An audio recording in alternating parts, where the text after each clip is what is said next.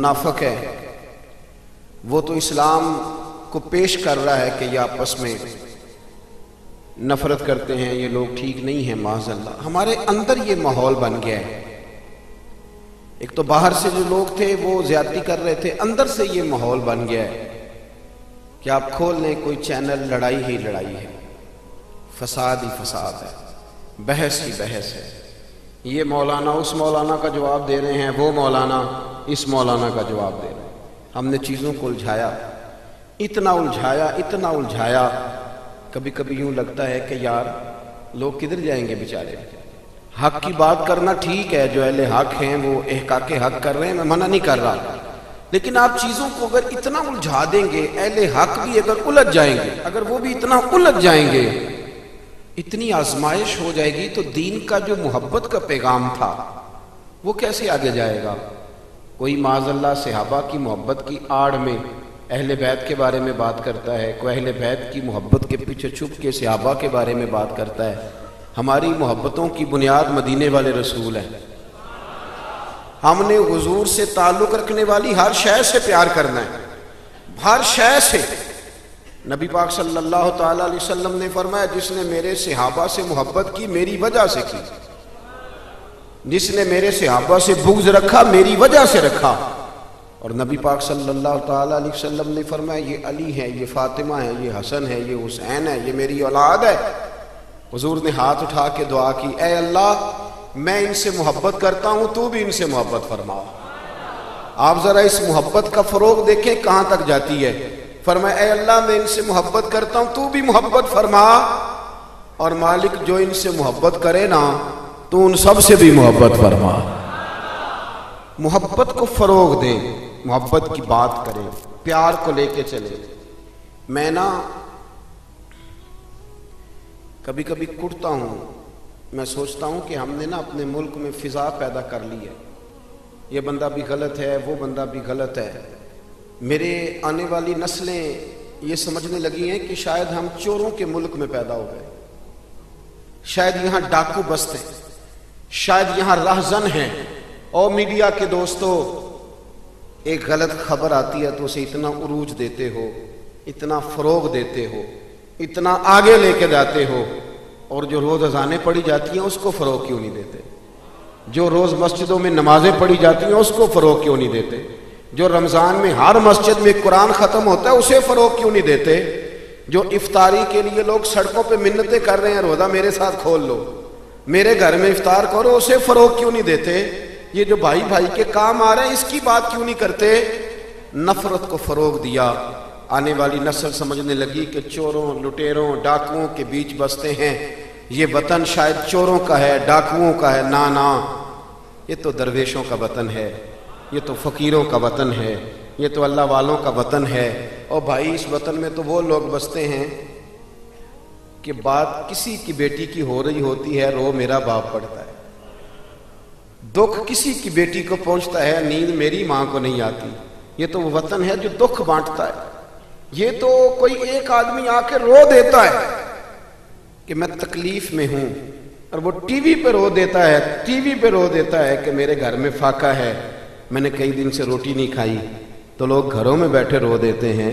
آپ میری بات کو سمجھ لیں دوستو، یہ تو بڑے نرم لوگ، بڑے پیار والے۔ آپ نے ڈاکوؤں کو ضرور دیکھنا ہے، آپ نے دھوکے باز لوگوں کو ضرور دیکھنا ہے۔ میں آپ کو سینکڑوں لوگ دکھاتا ہوں، سینکڑوں لوگ، بڑے دعوے سے کہہ رہا ہوں، 2 4 5 نہیں، سینکڑوں لوگ جنہوں نے پردیس جا کے محنت کی، کمائیاں کی، لیکن اپنے دیش میں مسجد بنائی تو لوگوں کو کہا کہ علامہ صاحب، قاری صاحب، پیر صاحب، میں پیسے سارے دوں گا پر میرا نام نہ لینا۔ میں نے کہا میں سینکڑوں لوگ دکھاتا ہوں، سینکڑوں لوگ محنت کی، جدوجہد کی، کوشش کی۔ یہ اسٹیج پہ بیٹھتے ہیں میری طرح کے وہ لوگ جو پیر صاحب، صوفی صاحب، علامہ صاحب ہوتے ہیں، لیکن میں سینکڑوں لوگوں کو جانتا ہوں جو محفل کا اشتہار اپنے ہاتھوں سے لگاتے ہیں، محفل والے دن جھاڑو بھی دیتے ہیں، لوگوں کو پیغام بھی دیتے ہیں، ان کا اشتہار پہ بھی نام کوئی نہیں، نقیب نے بھی نام نہیں لیا، وہ اسٹیج پہ بھی نہیں بیٹھے، لیکن جب محفل سج جاتی ہے، جب دنیا آ جاتی ہے، جب رسول پاک کا ذکر عروج پکڑتا ہے، تو وہ دور کھڑے ہو کے کہہ رہے کتنی اچھی ہو گئی ہے میری محفل، کتنی اچھی ہو گئی ہے میری محفل.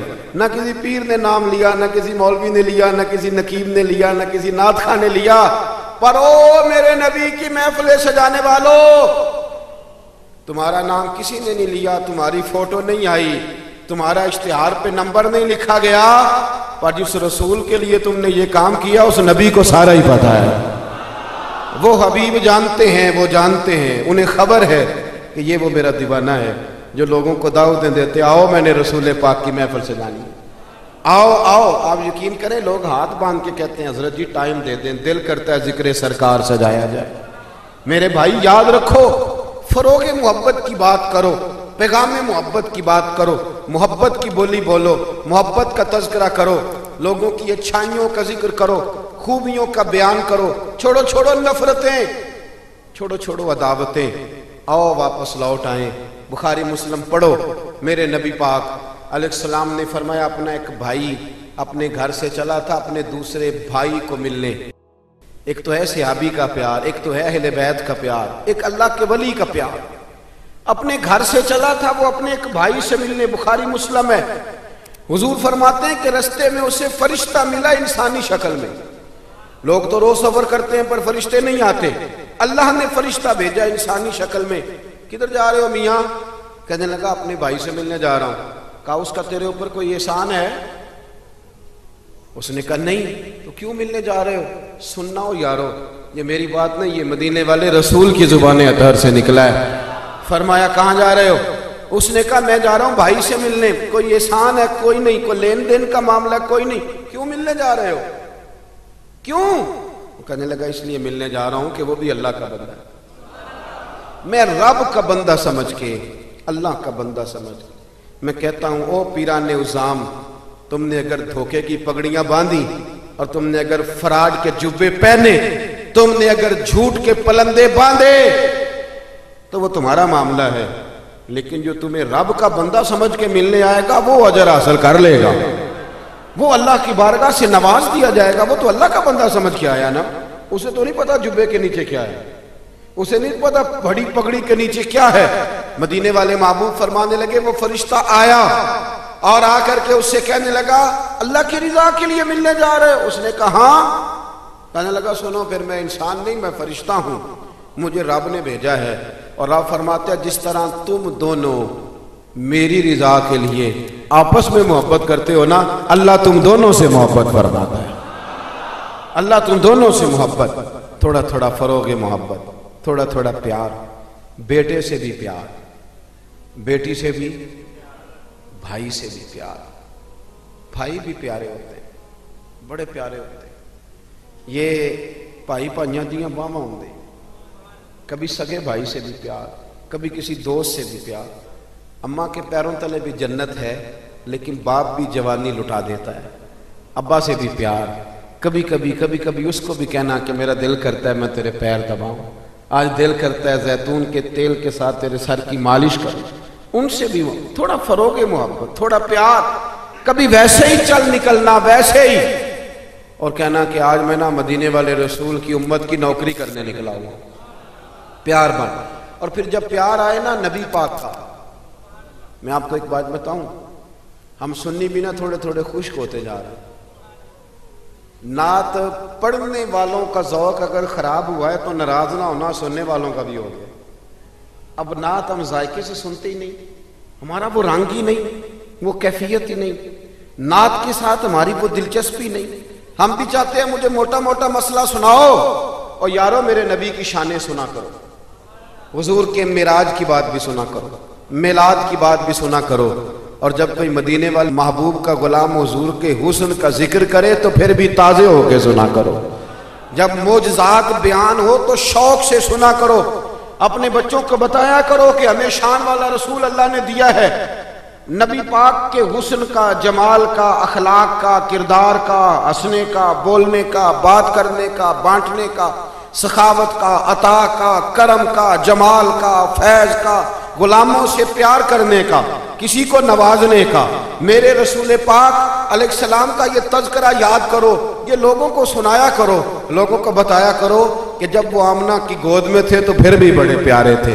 جب حلیمہ کے ویڑے میں تھے پھر بھی بڑے پیارے تھے، جب وہ معراج پہ گئے تو پھر بھی بڑی شان تھی، جب سیدہ خدیجہ الکبریٰ کے بستر نور پہ تھے پھر بھی بڑی شان والے تھے۔ لوگوں کو بتایا کرو کہ مدینے والے رسول جب سیدہ عائشہ سے باتیں کرتے تھے کرم تب بھی بڑا تھا، اور جب حضور غار ثور میں تھے شان تب بھی بڑی تھی، جب بدر میں آئے تو دلیر تب بھی بڑے تھے، جب احد میں آئے تو درگزر تب بھی بڑا تھا۔ اور لوگوں کو بتایا کرو کہ ہر نظر کانپ اٹھے گی محشر کے دن، خوف سے ہر کلیجہ دہل جائے گا، اوڑھ کر کالی کملی وہ آ جائیں گے اور پھر سارے محشر کا نقشہ بدل جائے گا، اوڑھ کر کالی کملی وہ آ جائیں گے۔ اور اعلیٰ حضرت فرماتے ہیں، دیکھو اعلیٰ حضرت کیا کہتے ہیں، فاضل بریلوی فرماتے ہیں کاش محشر میں جب ان کی آمد ہو، کہتے ہیں میرا دل کرتا ہے سب نے ہاتھ باندھے ہوئے، کاش محشر میں جب ان کی آمد ہو اور بھیجے سب ان کی شوکت پہ لاکھوں سلام۔ حضرت ابو خزامہ یہ وہ واحد صحابی ہے جو گواہی ایک دے تو دو لکھی جاتی ہے۔ حضرت ابو خزامہ کہتے ہیں نبی پاک صلی اللہ علیہ وسلم نے نا گھوڑا خریدا ایک یہودی سے، ذرا محبت کی بات دیکھو، حضور تھے یا وہ یہودی تھا، سیاستہ میں حدیث ہے، تو نبی پاک صلی اللہ علیہ وسلم گھر چلے گئے، فرمایا پیسے لا کے دیتا ہوں، پیچھے سے یہودیوں نے کہا تو نے سستا بیچ دیا ہے۔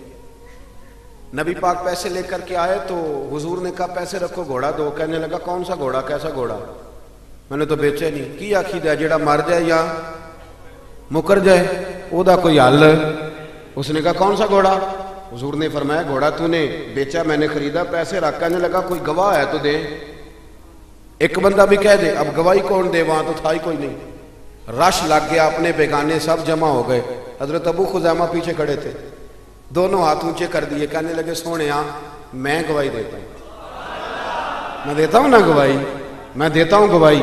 جب بات کر دی تو یہودی کی بات پوری ہو گئی، نبی پاک صلی اللہ تعالی وسلم نے پیسے دیے، گھوڑا لیا، سب لوگ چلے گئے، چونکہ اس نے کہا تھا ایک بندہ کہہ دے تو دے دیتا ہوں۔